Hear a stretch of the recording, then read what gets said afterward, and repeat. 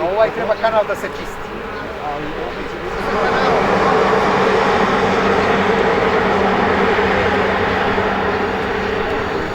Tamo gde ima prostora ide stazica zemlja.